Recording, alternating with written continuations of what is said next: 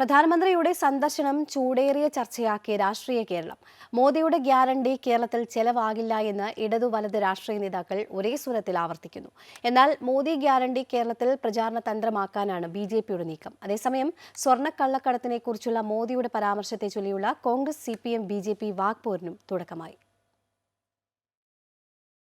ലോക്സഭാ തെരഞ്ഞെടുപ്പിൽ BJP ക്യാമ്പിന് ആവേശവും ഊർജവും പകർന്ന് പ്രധാനമന്ത്രി നരേന്ദ്രമോദിയുടെ കേരള സന്ദർശനം മാറിയപ്പോൾ തൊട്ടു പിന്നാലെ സംസ്ഥാന രാഷ്ട്രീയം ചൂടേറിയ ചർച്ചകളിലേക്കും വാക്പോരിലേക്കും കടക്കുകയാണ്. നരേന്ദ്രമോദിയുടെ സന്ദർശനത്തിൽ കണ്ട വൻ ജനാവലി തെരഞ്ഞെടുപ്പിൽ ഒരു ചലനവും ഉണ്ടാക്കില്ല എന്ന ഇടതു വലത് നേതൃത്വം ഒരേ സ്വരത്തിൽ വ്യക്തമാക്കുന്നു.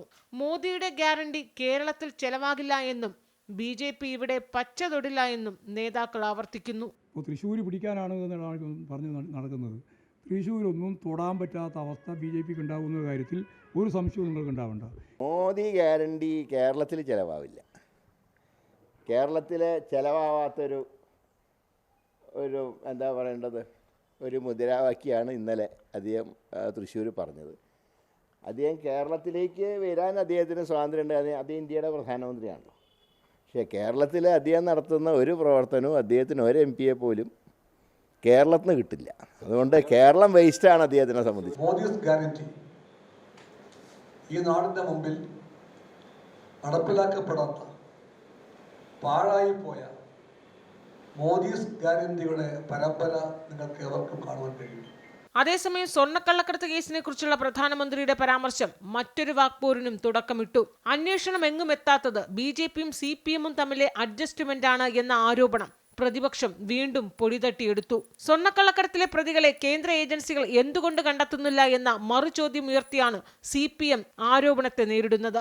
കാരണം കള്ളക്കടത്ത് പിടിക്കാനുള്ള ഉത്തരവാദിത്വം കേരളത്തിലെ ഏതെങ്കിലും ഗവൺമെൻറ് ഓഫീസിനില്ല. അത് പൂർണ്ണമായിട്ടും കേന്ദ്ര ഗവൺമെൻറ്റിൻ്റെ ചുമതലയാണ്.